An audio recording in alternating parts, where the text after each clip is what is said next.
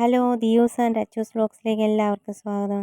ഇന്ന് നമുക്ക് വളരെ ടേസ്റ്റിയും സോഫ്റ്റും ആയിട്ടുള്ളൊരു അപ്പം ഉണ്ടാക്കുന്നത് എങ്ങനെയെന്ന് നോക്കിയാലോ. അതിനായിട്ട് വേണ്ട ഇതുപോലൊരു ഗ്ലാസ്സാണ് ഞാൻ ഉപയോഗിച്ചിരിക്കുന്നത്. ഈ ഗ്ലാസ്സിന് 3 ഗ്ലാസ് അരിയാണ് എടുത്തിരിക്കുന്നത്. അതുപോലെ ഒരു പിടി ഉഴുന്ന്, അല്ലെങ്കിൽ സ്പൂണിന് അളക്കുകയാണെങ്കിൽ ഒരു 2 ടേബിൾ സ്പൂൺ ഉഴുന്നും 1 സ്പൂൺ ഉലുവയും ആണ് ഞാൻ എടുത്തിരിക്കുന്നത്.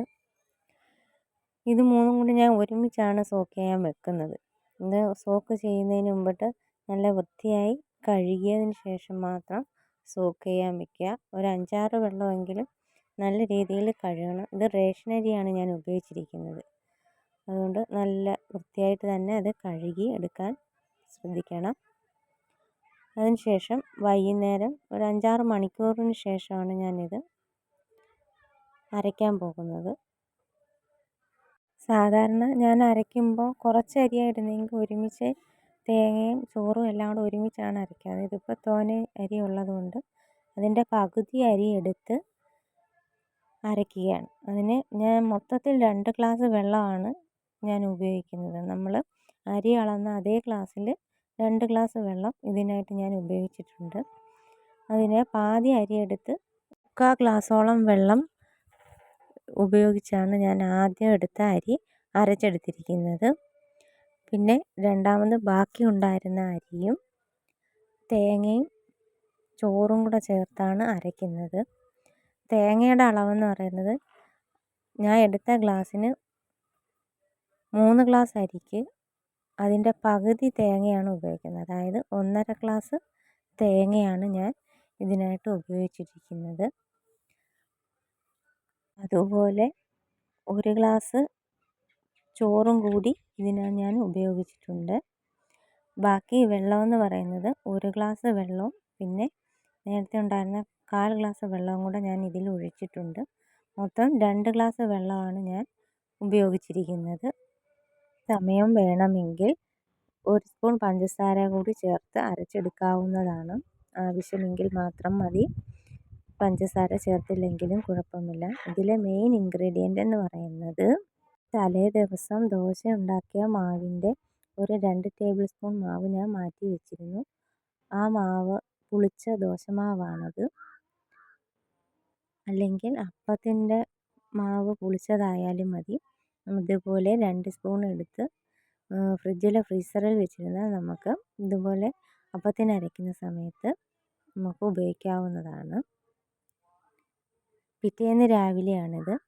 അതുകൊണ്ട് നല്ല രീതിയിൽ പുളിച്ച് പൊന്തി വന്നിട്ടുണ്ട്. ഇതിനി നല്ല രീതിയിലൊന്ന് ഇളക്കി എടുത്താൽ മാത്രം മതി. നല്ല രീതിയിൽ നോക്കൂ, നല്ല രീതിയിൽ പുളിച്ച് പൊന്തി വന്നിട്ടുണ്ട്.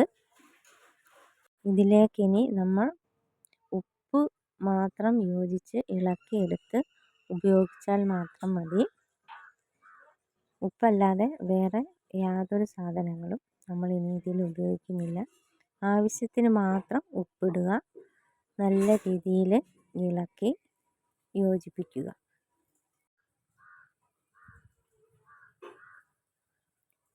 ഇളക്കുമ്പോൾ വളരെയധികം ശ്രദ്ധിക്കണം. ഒരുപാടിട്ട് അങ്ങ് ആ ബബിൾസ് പോകത്തക്ക രീതിയിൽ ഇളക്കി ഉപയോഗിക്കരുത്. പതിയെ ഇളക്കി ഉപയോഗിക്കുക. അതിനുശേഷം പാൻ നല്ലോണം, അതായത് അപ്പച്ചട്ടി നല്ല രീതിയിൽ ചൂടായതിനു ശേഷം നമ്മൾ എണ്ണ ഉപയോഗിക്കുന്ന എണ്ണ ഉപയോഗിക്കുക. മറ്റേ നോൺ സ്റ്റിക്കിൻ്റെ ആണെങ്കിൽ അതിൽ എണ്ണ ഉപയോഗിക്കണ്ടല്ലോ. ഇതിൽ നല്ല രീതിയിൽ എണ്ണ ഉപയോഗിച്ച് ഒരു തവി മാവൊഴിച്ച് നല്ല രീതിയിൽ ചുറ്റിച്ചെടുക്കുക.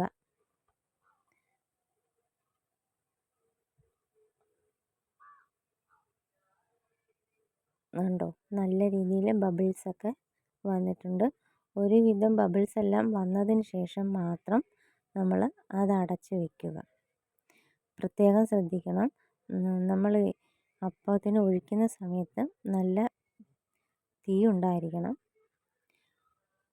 ഒരു പാതി ഭാഗം വെന്തതിന് ശേഷം സിമ്മിലാക്കി വയ്ക്കാൻ പ്രത്യേകം ശ്രദ്ധിക്കണം. ഇപ്പോൾ കണ്ടോ, നല്ല അടിപൊളി ആയിട്ട് അപ്പം റെഡിയായി വന്നിട്ടുണ്ട്.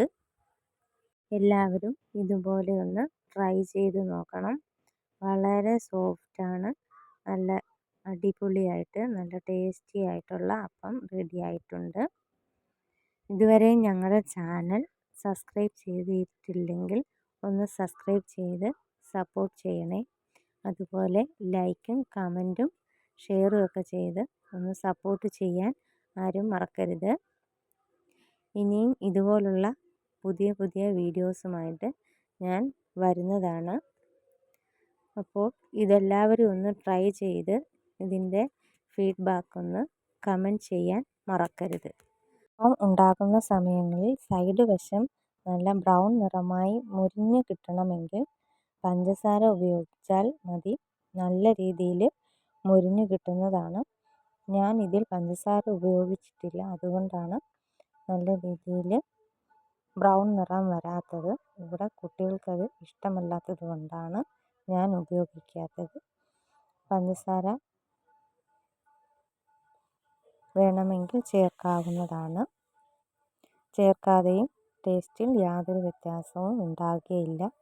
അപ്പോൾ എല്ലാവരും ഇതുപോലെ അപ്പം ഉണ്ടാക്കിയതിന് ശേഷം ഫീഡ്ബാക്ക് അറിയിക്കാൻ മറക്കരുത്. എല്ലാവരും ഇതൊന്ന് ട്രൈ ചെയ്ത് നോക്കണം. അപ്പോൾ പുതിയൊരു വീഡിയോയുമായി വരുന്നത് വരേക്കും എല്ലാവർക്കും tata, bye bye, see U.